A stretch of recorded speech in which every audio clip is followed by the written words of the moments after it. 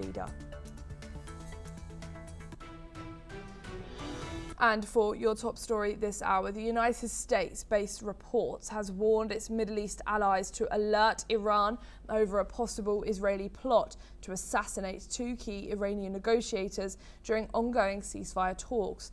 According to a report, Washington expressed concern that Israel may have been considering targeting Iran's Foreign Minister Abbas Araghchi and Parliament Speaker Mohammad Bagher Ghalibaf. US officials believe such an attack could collapse delicate negotiations aimed at a temporary peace deal and reignite wider conflict in the Gulf region. The report claims that during the war phase, Israel had considered high-level assassinations as part of a broader strategy to weaken Iran's leadership. This includes targeting senior figures involved in diplomatic talks, raising concerns in Washington about the future of negotiations. Meanwhile, Iranian officials have continued their engagement with international partners over a possible framework deal, including discussions around the Strait of Hormuz and Iran's nuclear program. The allegations highlight deep tensions amid fragile diplomatic efforts as both sides remain cautious over escalation that could spiral into wider regional conflict. We are being joined by both Dr. Abbas Araghchi, who's a political analyst and an international banking advisor, joining us live from Tehran, and also Mark Sievers, who is a former US diplomat, joining us from Abu Dhabi. To both of you, thank you so much for joining us here today on NewsX World. It's a pleasure to be able to have you both on. Now, Dr. Ahmed, if I could please start with you. Now, if these reports are accurate, what does it say about the level of mistrust between Washington and between the United States and Israel that the US reportedly warning Iran through regional intermediaries about a possible Israeli assassination plot against senior negotiators for Iran? With reference to the recent comments by Mr. Huckabee, the ambassador of the United States in Israel, that the relations between two countries is like the relation between spouses, a husband and wife. From Iranian perspective, there is not any gap between the two countries. Actually, the Iranian authorities do not believe that Israel attacked Zahia, the south of Beirut, at the time of signing the MOU without coordination with Washington. The Iranians do not believe that Israel occupied the south of Lebanon without the green light of the United States. The Iranians believe that actually United States do have the capability, even at this moment of time, to stop Israel and to ask them to abide and implement the Article 1 of the MOU between Iran and the United States. But the question is that if the United States have the willingness and if the trust can find its room somewhere between Iran and the United States, yes, this is the important question, that how we can build trust between Iran and US. Because if United States has signed an MOU, it means that they do have the capability, and it has a meaning that they do have the willingness to do that. So stopping the war in Lebanon was part of the MOU, which was not fulfilled, and it was violated. Now we see that the war minister of Israel threatens the newly elected leader of Iran, Mr. Mujtaba Khamenei. And now we have the news released that there was a plot or assassination program, a possible plot assassination program against Mr. Ghalibaf and Araghchi. Let me tell you that these two gentlemen are significantly risking their future political life in Tehran. There is at the moment a gigantic amount of pressure from the public who occupied the main streets and main squares of Iran for the past 120 days against them, against the MOU, because people believe that there's a concession here. Of course, when we look at the articles of the MOU, we do not see any significant concession from the Iranian delegation, but these two guys are risking their future political life. Now, the question is not the trust between Israel and US, the question is the trust between US and Iran, especially with reference to 2 times attack, 2 invasions at the negotiating table, and 1 withdrawal from JCPOA in 2017, and a long list of mistrust and treason between Iran and the United States. And I think if there is a MAGA movement in US, and if the American people worry about the interests of the United States, they should be worried about how Israel is blackmailing and taking the United States as a hostage to impose and to actually implement its own ambitions and goals, which are illegal. I mean, Israel's creation was based on blood, and the continuation. I mean, there was always war and mistrust between Israel and its neighbors. There's no doubt. There's no any question about that. But now the main question should realize between.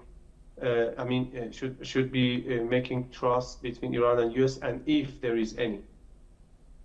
And Mark, over to you now, please. Now, is Israel increasingly prioritizing its long-term security doctrine over US-led diplomatic efforts with Iran, or are we witnessing a widening strategic divergence between these 2 allies? It's a complicated question, Ellie.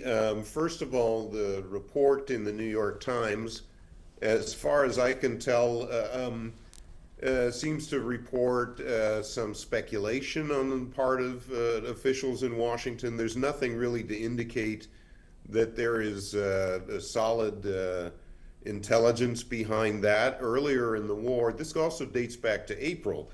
And so the question is, why is this being leaked now when the negotiations are underway, and when some tensions have emerged between the United States and Israel over how to conduct this process. But I doubt very much that Israel would try to kill the lead negotiators during the negotiations, certainly not if the signal from the United States was that Washington was totally opposed to that, which is pretty obvious because those are the people that we've been negotiating with. So I'm skeptical about the whole report, to be honest.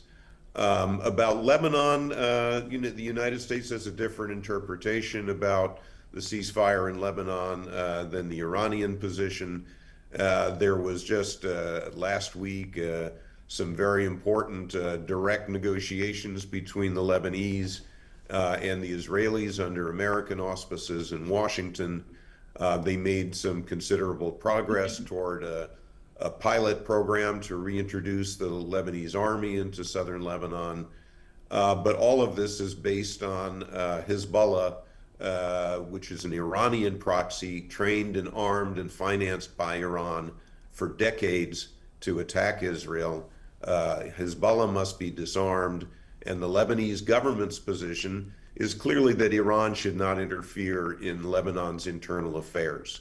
And Dr. Ahmad, back to you. With discussions reportedly extending beyond the ceasefire to issues such as the Strait of Hormuz and Iran's nuclear program, is there a genuine opportunity for a broader regional security framework, or is this merely a tactical pause before the next confrontation, as we know they were just about to go into another round of talks?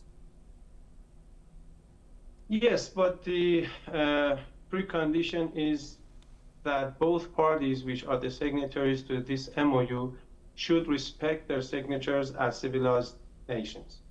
The time that Iran was signing contracts with the United States, and the United States used to violate and break their promises, is gone. The Article 1 of the MOU is dead clear. It is very clear. It says that there should be a stop of war in all battlefields, including Lebanon, and the word Lebanon is repeated 3 times in Article 1. And it is also emphasizing on the territorial integrity of Lebanon. That means there should be a withdrawal, a retreat of the Israeli forces from the occupied territories of Lebanon. So if United States is opening a back channel or a parallel corridor to negotiate between the government of Lebanon, which is in opposition to Hezbollah for the moment, and they want to violate this Article number 1 with a parallel route, which they used to do with other previous agreements between Iran and US, and Iran didn't have any leverage. Now Iran has a leverage. And Iran is dead serious about implementing the agreement between the MOU between Iran and the United States, word by word, sentence by sentence, and article by article. And if they say that, okay, there's a different agreement somewhere else, and that is after signing the MOU, it means that there is not a goodwill in signing the MOU with Iran, in opening parallel routes. And of course, with reference to the Lebanese government, governments come and go, but Hezbollah, which is a public force as its roots between the people of Lebanon, has existed and will exist in future. But the point is that there is now a piece of paper, very short piece of paper, very clear sentences between Iran and the United States. And if the United States wants to build trust, they should respect their own signature. And with reference to the Strait of Hormuz, again, it says very clearly that for the first 30 days, this is Iran, the first 30 days after signing the MOU, this is Iran, which is responsible for demining and opening the strait. So again, attempts for opening a parallel route in the southern side of the Strait of Hormuz, again, is a violation of the MOU. People should respect their signatures. And the time that Iran didn't have any leverage, if the other side is violating the MOU, is gone. And again, we see that in Article 2, it is written that both parties should refrain from the use of threat language against each other, which the President of the United States is violating Article number 2 again. And Article number 11 also, which is about unfreezing the frozen assets of Iran. And there is nothing written there that Iran should buy cereals from the farmers of the United States, but when the President of the United States falsely claims that Iran is going to buy solely I'm really sorry, Dr. Ahmed, just because of time, I'd have to stop you there. I just need to quickly ask Mark one last question before you two go. But Mark, how significant is the role of these Gulf states and the other regional intermediaries in preventing escalation? They become indispensable back-channel actors in keeping these US-Iran communications alive. Well, I think different Gulf states have different approaches. Certainly, Qatar has been very much involved in the mediation process, along with Pakistan, and they seem to have been pretty successful at that. Other Gulf states hold Iran responsible for their blatant attacks on their civilian infrastructure, on their energy infrastructure, on their hotels and civilian neighborhoods, which were unprovoked at the time. And with regard to the Strait of Hormuz, Iran chose to attack international shipping in the strait just in the last week, which did trigger an American response. So when we talk about observing the specifics of the MOU, there was nothing in there about Iran having the right to attack shipping after the MOU was signed. The whole purpose was to open the Strait of Hormuz so that we could get on to the next phase of discussing the nuclear issues. Absolutely. Mark, by the arrangements of sorry, Dr. Ahmed? Opening the MOU mentions opening the strait by the arrangements of Iran, which is clearly violated by the Americans. And that was a reaction from Iran. And with reference to the blatant attacks of Iran, and the position of the Arab Gulf states, I want the people of the United States, just imagine that the Cubans were attacking the United States at the level which Iran was under attack. And this existential threat was actually against United States territory, then what would be the reactions? And this is very surprising to say that the responses of Iran against the American bases, military bases, and those residential areas which were hosting the military personnel of the United States is not acceptable. I mean, the reaction of Mr. Jeffrey Sachs to this comment was very, very interesting. He said that at the very day that the leader of Iran was assassinated and around 40 politicians and military commanders are assassinated at the negotiating table, when Iran was negotiating. Just look at the level of